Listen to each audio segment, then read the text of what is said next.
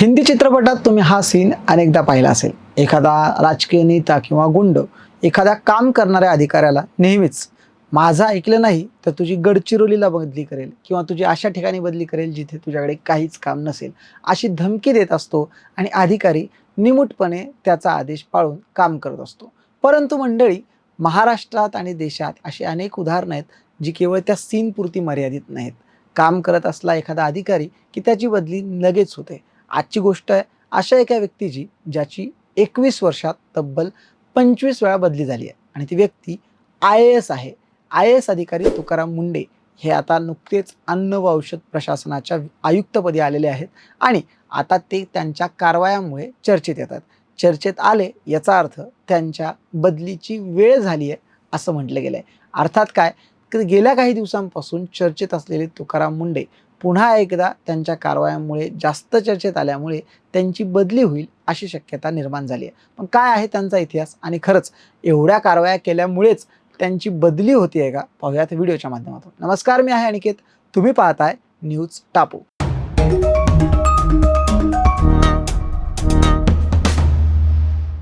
सर्वात आधी तुकाराम मुंढेंची 21 वर्षात 25 वेळा बदल्या झाल्यात हे सत्य आहे का, तर नक्कीच आहे। 2005च्या बॅचचे आय-ए-एस अधिकारी असलेले तुकाराम मुंढे सुरुवातीला प्रशिक्षणार्थी उपजिल्हाधिकारी म्हणून सोलापूरला कार्य करत होते। त्यानंतर उपविभागीय अधिकारी म्हणून ते देगलूरला गेले। त्यानंतर झेड-पी-सी-ई-ओ म्हणून त्यांनी नागपूर, मग आयुक्त आदिवासी विभाग, त्यानंतर झेड-पी-सी-ई-ओ वाशिम, मुख्य कार्यकारी अधिकारी जिल्हा परिषद कल्याण, जिल्हा परिषद जिल्हाधिकारी जालना, त्यानंतर मुंबई, सोलापूर, नवी मुंबई महानगरपालिका अशा 2016 पर्यंत काम केलं। त्यानंतर 2017च्या मार्चमध्ये त्यांना पी-एम-पी-एलचे सी-ई-ओ बनवण्यात आलं। नाशिक महानगरपालिकेचा आयुक्त म्हणून त्यांना 2018 साली फेब्रुवारीमध्ये पाठवण्यात आलं आणि नोव्हेंबर 2018 साली त्यांची बदली सहसचिव नियोजन विभागात करण्यात आली। त्यानंतर डिसेंबर 2018मध्ये ते MSACSचे प्रकल्प संचालक म्हणून मुंबईला कार्यरत झाले। 2020 साली त्यांना पुन्हा एकदा नागपूरच्या महानगरपालिका आयुक्तपदी आणण्यात आलं। त्यानंतर 2020 सालीच ऑगस्ट महिन्यात सदस्य सचिव महाराष्ट्र जलसंपत्ती नियमन प्राधिकरण NHRCचे राष्ट्रीय मानव अधिकार आयोगामध्ये त्यांना 2021 साली पाठवण्यात आलं। 22 साली पुन्हा आरोग्य सेवा आयुक्त, 23 साली सचिव पशुसंवर्धन, 2023 जूनमध्ये सचिव मराठी भाषा विभाग, त्यानंतर सचिव कृषी पशुसंवर्धन विभाग, त्यानंतर विकास आयुक्त असंघटित कामगार विभाग आणि त्यानंतर मागच्या वर्षीच ऑगस्ट महिन्यामध्ये ते दिव्यांग कल्याण विभागामध्ये सचिव म्हणून रुजू झाले। दिव्यांग कल्याण विभागामध्ये सुद्धा त्यांनी अत्यंत चांगलं काम केलं। अनेक बनावट दिव्यांग प्रमाणपत्र ज्यांनी काढले होते त्यांच्यावर कारवाया त्यांनी केल्या, परंतु तिथून सुद्धा त्यांना लवकरच तिथून जावं लागलं आणि मार्च-एप्रिलमध्ये ते पुन्हा एकदा राज्याचे प्रधान सचिव आपत्ती व्यवस्थापन मदत आणि पुनर्वसन विभाग म्हणून 2026 साली रुजू झाले। त्यानंतर ते आता सध्या आपण पाहिलं तर अन्न व औषध प्रशासनाचे आयुक्त म्हणून काम करतायत। अन्न व औषध प्रशासनाचे आयुक्त म्हणून काम करत असताना ते 25 मेच्या जवळपास त्यांनी कार्यभार स्वीकारला आणि आतापर्यंत गेल्या 10 दिवसात त्यांनी जवळपास 10 ते 12 दिवसामध्ये त्यांनी जवळपास 200 धाडी टाकलेल्या आहेत। अन्नामध्ये भेसळ करणाऱ्या विरोधात त्यांनी त्या धाडी ज्या आहेत त्या टाकलेल्या आहेत। 25 मे पासून अवैध गुटखा, रसायनयुक्त आंबे, भेसळयुक्त पनीर, खवा आणि बनावट तूप यावर त्यांनी 200 धाडी टाकून 100 जणांना आतापर्यंत अटक केलेली आहे आणि 1.5 कोटींपेक्षा जास्तीचा मुद्देमाल त्यांनी जप्त केलेला आहे। अन्न व औषध प्रशासनाचे आयुक्त म्हणून जे काम करतात त्यामध्ये त्यांनी आतापर्यंत मोठ्या लोकांना सुद्धा धक्के दिलेले आहेत। फेक जाहिराती करणारे, तुपात भेसळ करणारे मोठ्या कंपन्यांवर सुद्धा त्यांनी नोटीसी त्यांना दिलेल्या आहे। त्यांची ह्या सगळ्या नोटीसीमधल्या कारवाईमधली सगळ्यात महत्त्वाची कारवाई जी मानली गेली ती म्हणजे गोरस वर्धा इथल्या झालेल्या त्या कंपनीवर टाकलेली धाड। गोरस सध्या बंद आहे आणि त्यांनी तिथे केलेल्या कारवाई विरोधातच तुकाराम मुंढेंविरोधात एक मोठा मोर्चा सुद्धा तिथे निघालेला होता। तिथे जवळपास 600 दुग्ध उत्पादक शेतकरी आणि 5000 ग्राहकांनी त्यांच्या विरोधात जो आहे तो मोर्चा जो आहे तो काढला होता।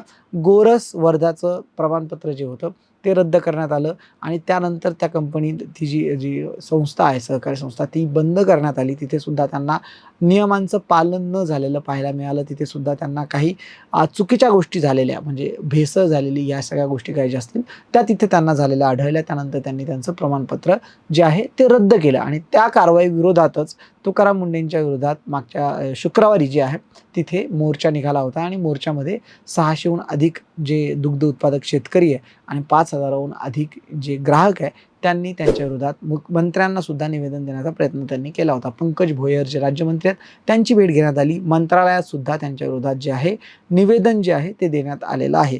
त्यांनी दिलेलं निवेदन, त्यांच्या विरोधात झालेली म्हणजे त्यांनी केलेली कारवाई त्यानंतरच जर आपण पाहिलं तर असं चर्चा येऊ लागली आहे की आता ह्या कारवायावरून आता तुकाराम मुंढेंच्या बदलीची पुन्हा एकदा वेळ झाली आहे. त्यांनी ज्या पद्धतीने अन्न व औषध प्रशासनाच्या अधिकाऱ्यांना खडसावलंय आणि भेसळ, अवैध गुटखा वापरणारे, अवैध पद्धतीने या अन्नामध्ये भेसळ करणारे जी लोक आहेत त्यांच्यावर कारवाईचे जे संकेत दिले, त्यानंतर संपूर्ण अन्न व औषध प्रशासन खडाडून जागं झाल्याचं आपल्याला पाहायला मिळतंय आणि खडबडून जागे झाल्यानंतर त्यांनी आता कारवाईला सुरुवात केली आहे. त्याच कारवाईचा एक भाग म्हणून छत्रपती संभाजीनगरमधल्या वाळूज भागातल्या रहीमपूर भागामध्ये काल परवाच अवैध गुटखा व्यापाऱ्यावर एक ट्रक पकडण्याचा प्रयत्न अन्न व औषध प्रशासनाच्या वतीनं करण्यात आला आणि त्यावेळी त्यांच्यावर एक जीवघेणा हल्ला करण्यात आला. तिथल्या गुटखा माफियानं महिला अधिकाऱ्यावर स्कॉर्पिओ चालवण्याचा, तिच्या अंगावर स्कॉर्पिओ घालण्याचा प्रयत्न केला, पण त्यांनी तात्काळ उडी मारल्यामुळे त्यांचा जीव जो आहे तो वाचला आहे. आता ह्या सगळ्या कारवायांच्या विरोधात ज्या पद्धतीनं त्या मोर्चे निघालेत किंवा आता कारवाईला जरी सोशल मीडियावर पाठिंबा मिळत असला तरी मात्र जे गुटखा माफिया आहेत, जे भेसळ माफी आहेत, त्यांचे राजकीय कनेक्शन पाहता ते आता लवकरच यांची बदली करावी यासाठी वरती चक्र फिरवणार असं पाहायला मिळतंय. गेल्या काही दिवसातला इतिहास जरी पाहिला तरी त्यांना वेगवेगळ्या ठिकाणी अशा ठिकाणी पाठवण्यात येत होतं की जिथून त्यांची कुठलीही बातमी तयार होणार नाही, जिथून कुठल्याही त्यांच्या कारवाईला फोकस मिळणार नाही.